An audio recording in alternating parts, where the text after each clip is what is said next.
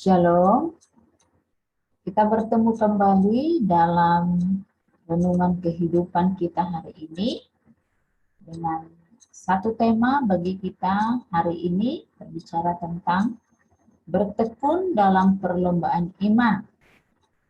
Kita akan baca dari Ibrani 12 ayat 1 sampai 3. Demikian firman Tuhan. Karena kita mempunyai banyak saksi bagaikan awan yang mengelilingi kita. Marilah kita menanggalkan semua beban dan dosa yang begitu merintangi kita, dan berlomba dengan tekun dalam perlombaan yang diwajibkan bagi kita. Marilah kita melakukannya dengan mata yang tertuju kepada Yesus, yang memimpin kita dalam iman, dan yang membawa iman kita itu kepada kesempurnaan, yang dengan mengabaikan kehinaan tekun memikul salib, ganti sukacita yang disediakan bagi Dia, yang sekarang duduk di sebelah kanan tahta Allah. Ingatlah selalu akan Dia yang tekun menanggung bantahan yang sehebat itu terhadap dirinya dari pihak orang-orang berdosa, supaya jangan kamu menjadi lemah dan putus asa. Saudara, jika kita tadi membaca Ibrani 12 ayat 1 sampai 3 itu, kita akan melihat bahwa kehidupan Kristen itu disamakan dengan sebuah perlombaan. Ada sebuah cerita tentang pelari maraton, yaitu yang bernama John Stephen Akhwari, yang berasal dari Tanzania, yang mengikuti perlombaan di Meksiko pada saat itu. Pada saat berlari, dia mengalami kecelakaan pada kakinya. Hal ini menyebabkan dia mengalami kesulitan untuk berlari, namun dia tetap berlari. Setelah semua pelari mencapai garis finish, dia baru sampai ke garis itu 1 jam kemudian. Tetapi yang menarik, saudara, ketika wartawan bertanya, "Mengapa engkau tidak berhenti dalam kondisi kaki cedera?"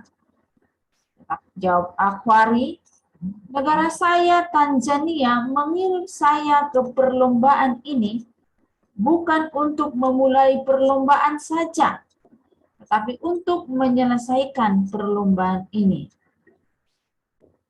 Nah, dari cerita ini, saudara, kita belajar bahwa sebagai orang Kristen, kita dipanggil untuk tidak hanya memulai suatu perlombaan, tetapi juga untuk menyelesaikan perlombaan itu, yaitu perlombaan iman.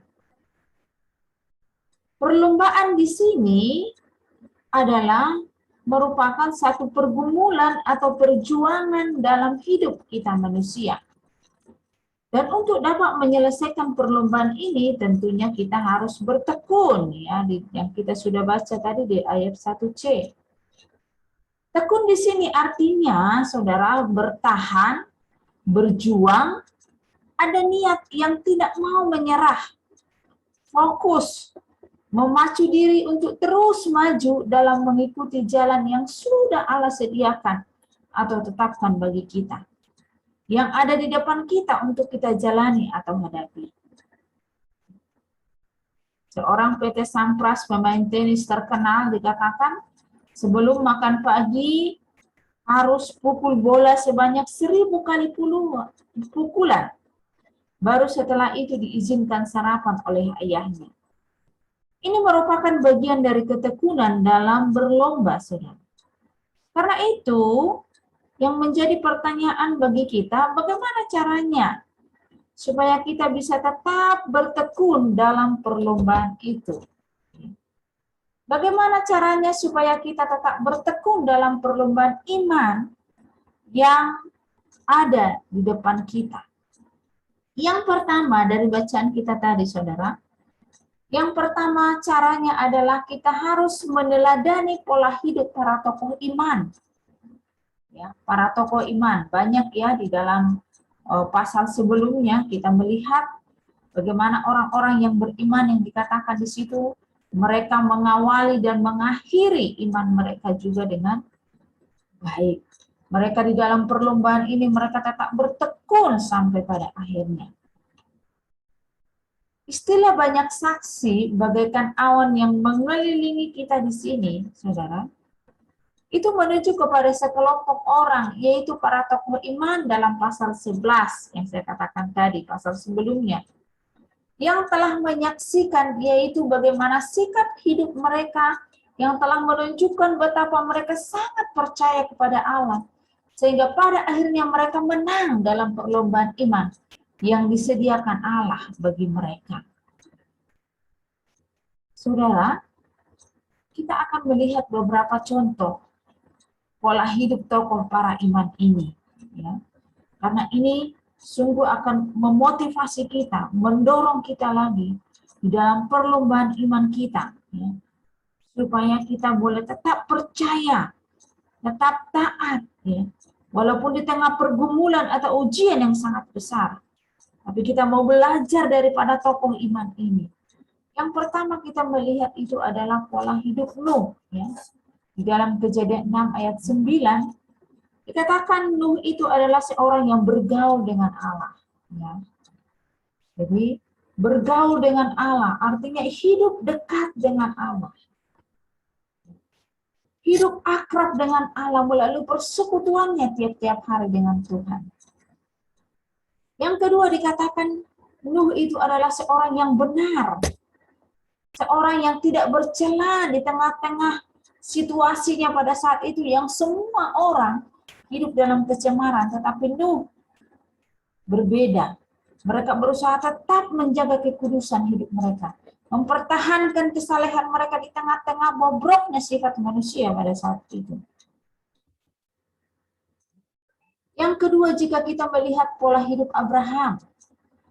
Abraham itu saudara, dia seorang yang beriman dan taat. Dia taat kepada panggilan Tuhan dengan meninggalkan kenyamanannya bersama keluarganya yang kaya.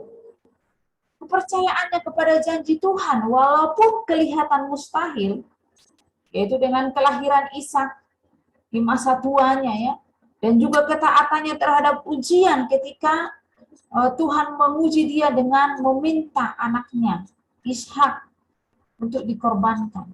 Ya. Dia taat. Dan kita akan melihat hasil ketaatannya itu. Luar biasa, bukan? Kemudian yang berikutnya, pola hidup Ayub. Dikatakan dalam Ayub 1 ayat 1, ya. Di dalam Ayub 2 ayat 3 dikatakan bahwa Ayub ini adalah seorang yang saleh. Ayub ini adalah seorang yang jujur. Ayub ini adalah seorang yang takut Tuhan. Seseorang yang menjauhkan kejahatan dalam dirinya. Bahkan dikatakan dia adalah seorang yang tekun dalam kesalehannya, sekalipun pergumulannya sangat besar. Kita tahu saudara apa pergumulan Ayub, ya. Mulai dia diuji dengan kehilangan anak-anaknya, kehilangan hartanya, bahkan tubuhnya sendiri sakit, sakit yang parah, borok. Tetapi kita melihat di tengah pergumulan yang seperti itu pun dia tetap tekun. Dan kita akan melihat nanti bahwa mereka ketika di dalam perlombaan iman itu ada pergumulan yang berat. Mereka karena tetap taat dan tekun, kita akan melihat berkat Tuhan yang luar biasa yang mereka tuai dari ketekunan dan kesalehan mereka, ketaatan mereka. Nah, kita melihat di sini saudara bahwa ketekunan dan ketahanan serta kesabaran mereka dalam menjalani apa yang Tuhan sediakan untuk mereka jalani atau mereka hadapi, itu membuat mereka menang. Bahkan finishing well, ya, seperti renungan kita kemarin, ya. Karena itu, mari kita teladani pola hidup para tokoh pahlawan ini. Kemudian cara yang kedua, saudara. Cara yang kedua supaya kita bisa tetap bertekun dalam perlombaan iman. Kalau yang pertama tadi kita meneladani pola hidup para tokoh iman ini, yang kedua kita harus menanggalkan semua beban dan dosa yang merintangi. Menanggalkan di sini artinya adalah membuang, mengesampingkan jauh-jauh. Beban itu adalah sesuatu atau semua yang mengikat kita, yang memberatkan kita sehingga membuat kita sulit untuk bertumbuh atau melangkah maju. Dan dosa itu artinya adalah segala sesuatu yang menyimpang dari perintah dan ketetapan Allah atau dari tujuan Allah bagi kita. Dalam bahasa Ibrani-nya itu menunjuk kepada ketidakpercayaan, ya. Dan di dalam bahasa Yunani itu hamartia menunjuk kepada sifat atau kondisi yang melawan kebenaran. Jadi dosa itu menunjuk kepada ketidakpercayaan kepada Allah dan juga menunjuk kepada sifat atau kondisi yang melawan kebenaran Tuhan.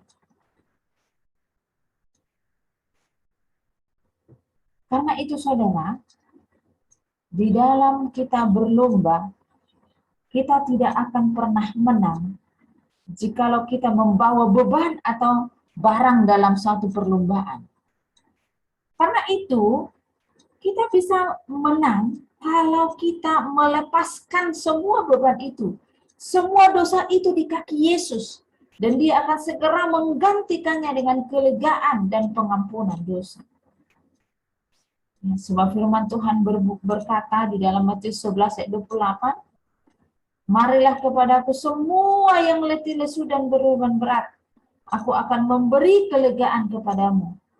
Dalam 1 Yohanes 1 ayat 9 dikatakan, jika kita mengaku dosa kita, maka ia adalah setia dan adil, sehingga ia akan mengampuni segala dosa kita dan menyucikan kita dari segala kejahatan kita.